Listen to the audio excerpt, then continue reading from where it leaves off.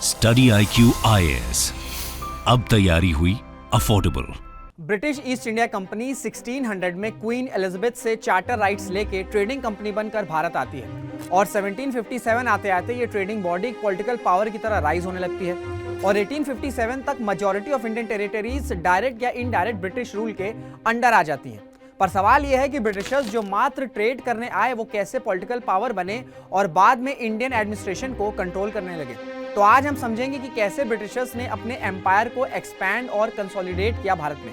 नमस्कार दोस्तों, नाम है मेरा ऋषभ सिंह और आज हम टेल्स ऑफ हिस्ट्री की सीरीज में पूरी कहानी समझेंगे ब्रिटिशर्स के बंगाल कॉन्क्विस्ट की, यानी कि कैसे ब्रिटिशर्स ने बंगाल को कैप्चर किया और सिलसिला शुरू हुआ ब्रिटिशर्स के पॉलिटिकल पावर के राइज का। तो पहले ये समझते हैं कि ब्रिटिश ईस्ट इंडिया कंपनी जब भारत में आई तब बंगाल में क्या हो रहा था। 1700s के अराउंड मुगल्स का डिक्लाइन होना स्टार्ट हो जाता है, जिससे मुगल एम्पायर कुछ छोटे छोटे प्रोविंसेस और इंडिपेंडेंट स्टेट्स में ब्रेक होने लगा, जिसमें बंगाल, हैदराबाद, अवध जैसे कई राज्य शामिल थे।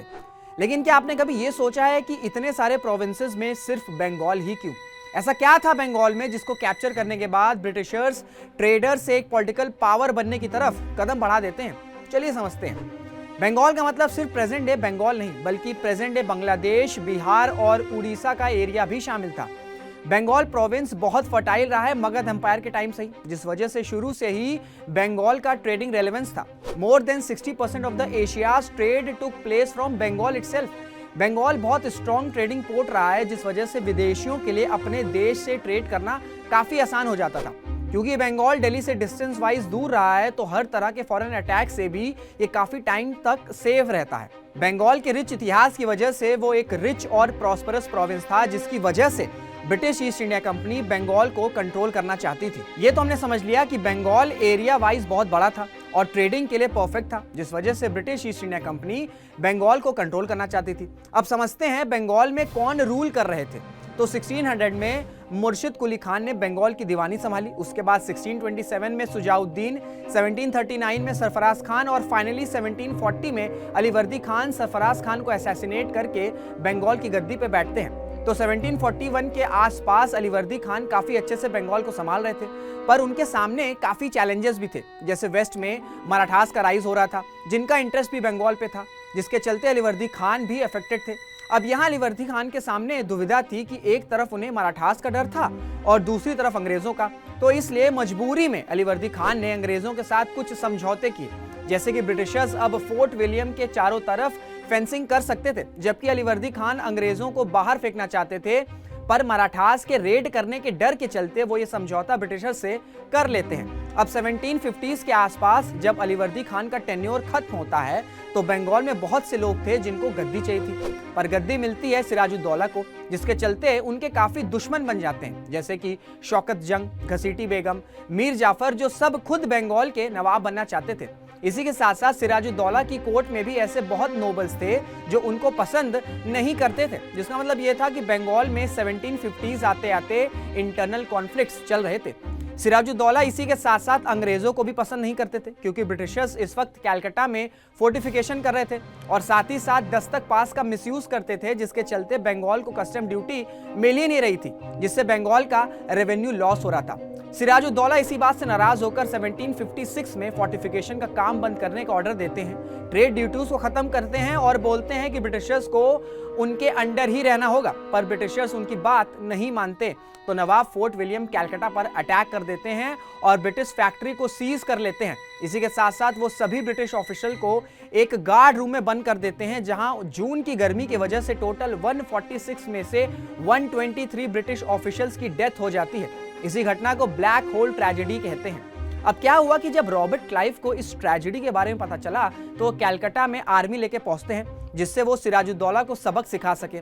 पर क्लाइव ना बहुत चालाक थे, उनको पता था कि सिराजुद्दौला की आर्मी में ऐसे लोग हैं जो बंगाल की गद्दी चाहते हैं, तो उन्होंने सिराजुद्दौला की इसी कमजोरी का फायदा उठाया और इसके रहते एक कॉन्स्पिरेसी रची गई, जिसमें क्लाइव ने मीर जाफर को बुलाया, जो कि सिराजुद्दौला की आर्मी के कमांडर थे, और उनको लालच दिया कि अगर आप सिराजुद्दौला को हटाने में मदद करोगे तो हम आपको बंगाल का नवाब बना देंगे। क्या लगता है दोस्तों, मीर जाफर का क्या जवाब होगा? मीर जाफर हंसते हंसते क्लाइव का ऑफर एक्सेप्ट कर लेते हैं। तो दोस्तों कहानी अब एक ऐसे मोड़ पर है जहां हम समझेंगे ऐसी दो लड़ाइयां जिन्होंने भारत के इतिहास को एक नया रुख दिया और भारत में ब्रिटिश एम्पायर की नींव रखी गई। जैसा कि हमने देखा कि सिराजुद्दौला ने फोर्ट विलियम पर अटैक किया, ब्लैक होल ट्रेजेडी हुई और बंगाल में रॉबर्ट क्लाइव का आर्मी लेके आगमन हुआ, जिसके बाद क्लाइव ने यह डिसाइड कर लिया था कि वो सिराजुद्दौला को अब बंगाल का नवाब नहीं रहने देंगे। इन्हीं सब रीजंस के चलते बंगाल में बैटल ऑफ प्लासी का वॉर ग्राउंड तैयार हुआ। बैटल ऑफ प्लासी 1757 में हुआ, जिसमें एक तरफ सिराजुद्दौला थे और दूसरी तरफ रॉबर्ट क्लाइव, और उनकी एक सीक्रेट अलायंस भी थी जिसमें मीर जाफर और उनके साथी थे, जो कि बाहर से तो सिराजुद्दौला के साथ थे पर मन से ब्रिटिशर्स को सपोर्ट कर रहे थे, जिससे कंपनी फोर्सेस की पोजीशन बहुत स्ट्रांग हुई। दोस्तों बैटल ऑफ प्लासी में एक बहुत बड़ी कॉन्स्पिरेसी प्लान की गई, जिसमें मीर जाफर ने सिराजुद्दौला का भरोसा जीतकर उनको वॉर ग्राउंड से बाहर भेज दिया और फिर उनको कैप्चर करके अपने बेटे मिरान की मदद से सिराजुद्दौला को असैसिनेट करवा दिया, जिससे प्लासी का बैटल ब्रिटिशर्स जीत गए।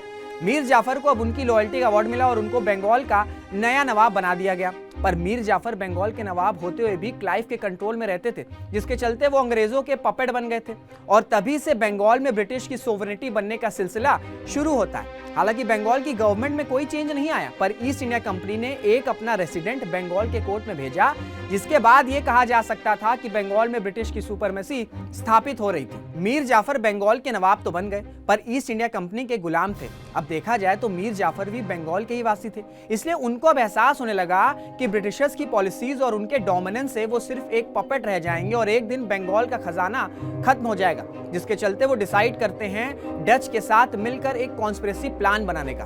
पर डच खुद बहुत बड़ी पावर नहीं थी जो कि ब्रिटिशर्स को हरा पाती, और बैटल ऑफ बेडारा 1759 में डच हार जाते हैं और साथ ही साथ जाफर की कॉन्स्पिरेसी प्लान भी एक्सपोज कर देते हैं ब्रिटिशर्स के सामने।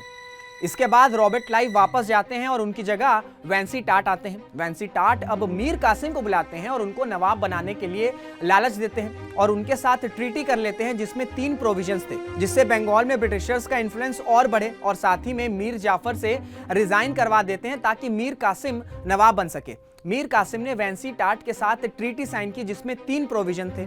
बुर्दवान, चिटगांग, मिडनापोर ब्रिटिशर्स को दे दिए जाने का वादा, सिलहट के चुनहम ट्रेड का आधा हिस्सा ब्रिटिशर्स का होगा, और लास्ट प्रोविजन था बंगाल ईस्ट इंडिया कंपनी के ड्यूज को भरेगा, और वो भी 5 लाख रुपीस, वो भी उस जमाने के हिसाब से। 1760 मीर कासिम नवाब बन जाते हैं, पर ये ना काफी स्मार्ट थे, जिसके चलते इन्होंने ब्रिटिशर्स की स्ट्रेंथ को समझा और उस पर काम किया, जैसे कि डाउटफुल ऑफिसर्स को निकाल दिया ताकि इंटरनल कॉन्फ्लिक्ट्स बंगाल में खत्म हो सके। मेरिट पर हायरिंग करना स्टार्ट किया और सिस्टम को क्लीन किया, लेकिन बिहार के डिप्टी गवर्नर राम नारायण उनके खिलाफ थे। साथ ही साथ दस्तक सिस्टम का मिसयूज हो रहा था, जिसके चलते प्राइवेट ट्रेड हो रहा था और बंगाल को ड्यू रेवेन्यू नहीं मिल रहा था। अब जिसपे मीर कासिम ने क्या किया कि ड्यूटी ही हटा दी, जिससे मिसयूज खत्म हो सके। पर ब्रिटिशर्स को यह बात पसंद नहीं आई और उन्होंने कासिम के साथ कुछ छोटी छोटी वॉर लड़ी, जिसमें मीर कासिम हार जाते हैं और वो अवध भाग निकलते हैं, जहां वो सुजाउद्दौला नवाब ऑफ अवध और शाह आलम II मुगल एम्परर से मिलते हैं और फिर तीनों का एक अलायंस फॉर्म होता है in order to recover Bengal from Britishers. Shah Alam II और सुजाउद्दौला भी ब्रिटिश पॉलिसीज से परेशान थे और अपने राज्य को प्रोटेक्ट करना चाहते थे, इसलिए उन्होंने कासिम के साथ देने का निर्णय लिया। सुजाउद्दौला, शाह आलम II और मीर कासिम तीनों ने मिलकर ब्रिटिशर्स के खिलाफ युद्ध शुरू कर दिया। ब्रिटिशर्स की तरफ से हेक्टर मुनरो कंपनी की आर्मी को लीड कर रहे थे। सुजाउद्दौला मेलनी वॉर में पार्ट लेते हैं और ऑलमोस्ट जीत जाते हैं और हेक्टर मुनरो वॉर ग्राउंड से भाग जाते हैं, पर वो सीक्रेटली वापस आके फिर से अलायंस पर अटैक करते हैं और उनको हरा देते हैं, जिससे बैटल ऑफ बक्सर में ब्रिटिशर्स की जीत होती है। बैटल ऑफ बक्सर में हार केवल बंगाल के नवाब की नहीं हुई, बल्कि मुगल एम्परर की भी हार हुई, जिससे ब्रिटिशर्स की सुपरमेसी का आगमन होता है पूरे भारत पर। क्योंकि ब्रिटिशर्स के लिए मुगल एम्परर शाह आलम II को हराना बहुत बड़ी बात थी, तो क्लाइव को वापस भेजा जाता है, जिससे वो अवध और मुगल्स के साथ ट्रीटी साइन करते हैं और क्लाइव ने दोनों के साथ कुछ शर्तें रखी और ट्रीटी साइन की। चलिए देखते हैं अवध के साथ रखी गई शर्तें।